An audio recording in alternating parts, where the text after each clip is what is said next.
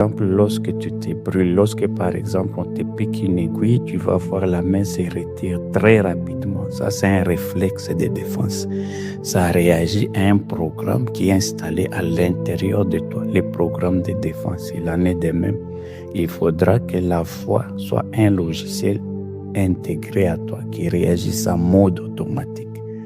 Et pour y arriver, il faudra un temps de téléchargement.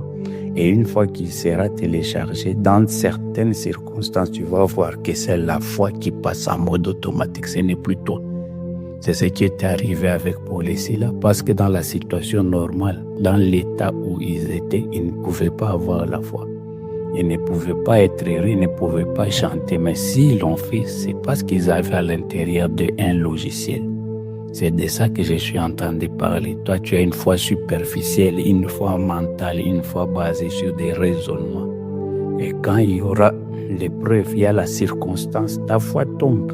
De la même manière, aussi rapidement que possible, cette foi va s'écrouler. Voilà pourquoi l'enseignement d'aujourd'hui, nous devons travailler sur la foi, la ferme assurance de ce qu'on espère, une démonstration de l'invisible. Et comme je vous ai dit, il y a plusieurs fois, il n'y a pas une seule fois, il y a plusieurs fois.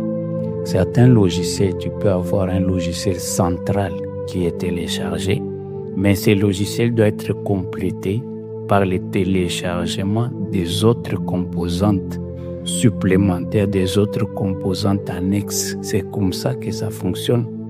Le logiciel central, c'est la foi en Jésus-Christ que nous avons.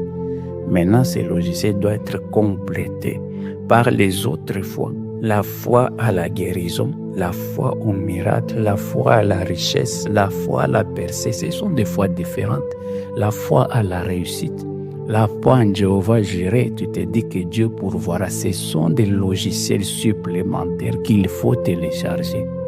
Et comme je vous ai dit, la foi vient de ce qu'on entend. Par exemple, la foi de la guérison vient des paroles de guérison que tu vas entendre, des paroles de guérison que tu vas lire dans la Bible.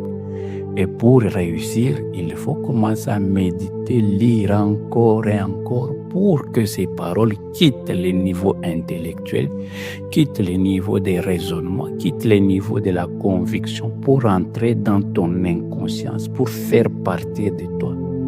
Pour faire partie, tu dois répéter ces paroles, tu dois lire chaque jour ces versets.